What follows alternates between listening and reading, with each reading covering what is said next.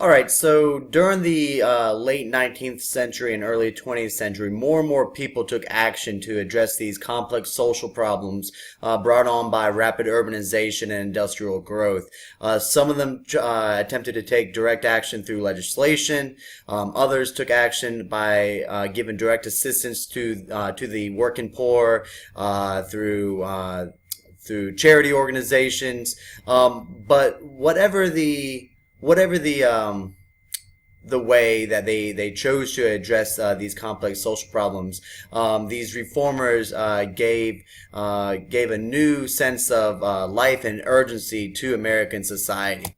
The Protestant churches of America feared the worst as far as these growing problems and how to address them and how to try to solve these social problems. What was happening here is, as the population of America was growing by leaps and bounds in the late 19th century, there were a lot of empty seats in the pews of urban Protestant churches, because what was happening is that the middle class churchgoers were ever faithful. And so as the middle class started to move out of the city and move out of these urban centers into the suburbs, their churches followed. And these ministers preached the virtues of unregulated capitalism like laissez-faire. They preached the tenets of social Darwinism and the unworthiness of the poor. And so there was really, no sort of incentive for these large numbers of workers or immigrants to attend these local churches. This old style of heaven and hell just seemed irrelevant for people who toiled these long hours for these small wages. And on top of it, they were these ministers. Their sermons were catering more towards their middle class and wealthy churchgoers rather than the poor. There started to be a shift in the way the Protestant churches approached the urban poor in the 1870s, and you started to see this attitude become more and more prevalent that people were afraid that the church had turned its back on the very people that Jesus Christ had catered to during his lifetime, and there needed to be a change. And so you did start to see in the latter part of the 19th century, the church would start to make some movements to cater towards or to address some of these some of their members that were less fortunate than the middle class and upper class churchgoers.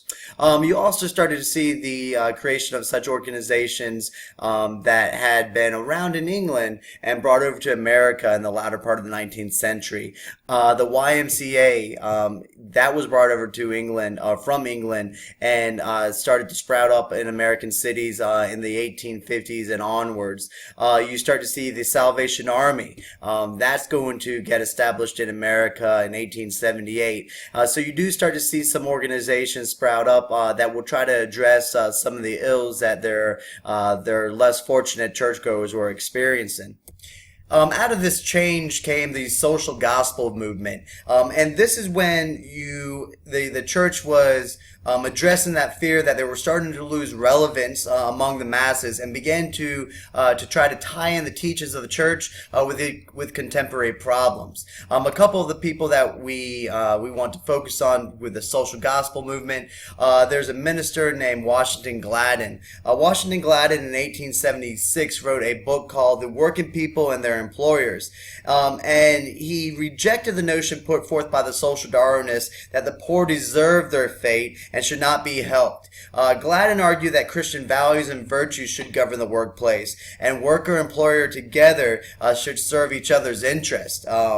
And Gladden also endorsed laborers' rights to organize unions and complained that class distinctions should not split congregations. Part of the reason why he wrote his book in the first place is that when he had invited these shoe worker employees to one of his churches up there in Massachusetts, he found that the workers would not join the church or would not go to these church services because members of the management were members of this church. So he wanted wanted to break down that wall that had been dividing people, and he wanted to see church or religions be more of a unifier than the divider that it had become. Another man that is important to the social gospel movement is a gentleman named Walter Rauschenbusch, and Walter Rauschenbusch began getting his start in the social gospel movement at the beginning of the 20th century.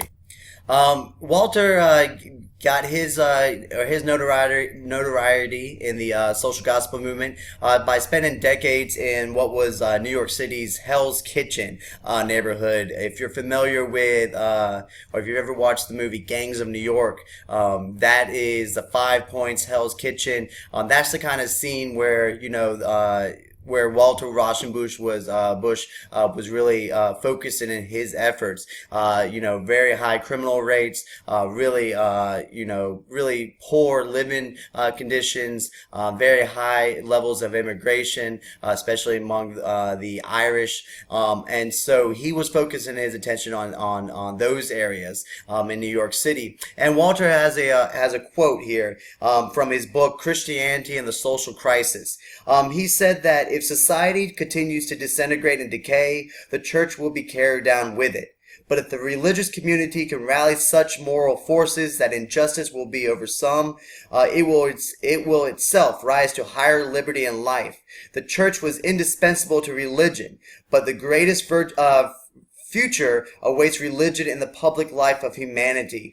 So Walter really says that, if we want the church to survive, we have to put the necessary moral forces in society that would help support the church and help encourage people to go to church and to instill those Christian values not only in themselves, but in the members of their family and in their actions. So while these preachers of the social gospel movement dispensed inspiration, there were other early efforts at urban reform being addressing the problems of the slums from these residential community centers known as the settlement houses.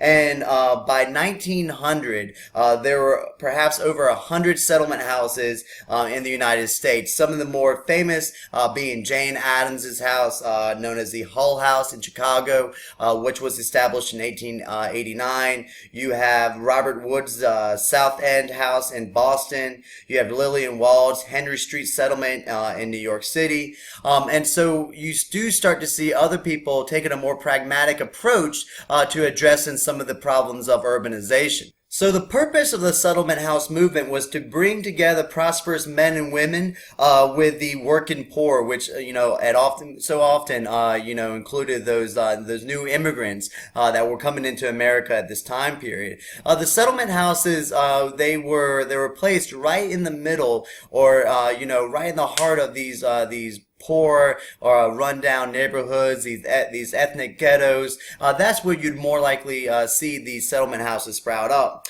The houses were run oftentimes by a young middle-class idealist. A lot of these workers in the settlement houses were college-trained women who oftentimes didn't have a lot of outside the house options as far as meaningful work goes, and so they turned to these settlement houses as a way to have that sense or have that experience at doing something meaningful with their life and with their education.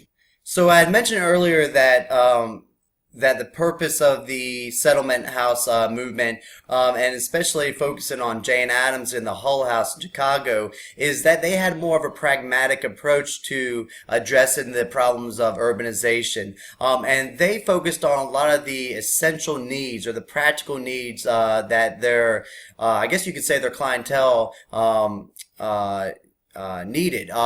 And so Jane Addams had a quote. She said that, democracy or citizens of democracy cannot cooperate so long as one group sets itself superior to another. And so a lot of the efforts with the Hull House and Jane Addams was, to give like a kindergarten to young kids, a child care nursery for women that were working in the factories. The program eventually expanded expanded to where the Hull House sponsored health clinics, lectures, music and art studios, an employment bureau, men's club. They offered training in such areas as bookbinding. They had a gymnasium. They had a savings bank. And so you really wanted to address, once again, the practical needs that these people that resided in these urban slums, what they really needed. It's all well and good to do good for society and to instill these religious virtues or the Christian principles that the social gospel movement was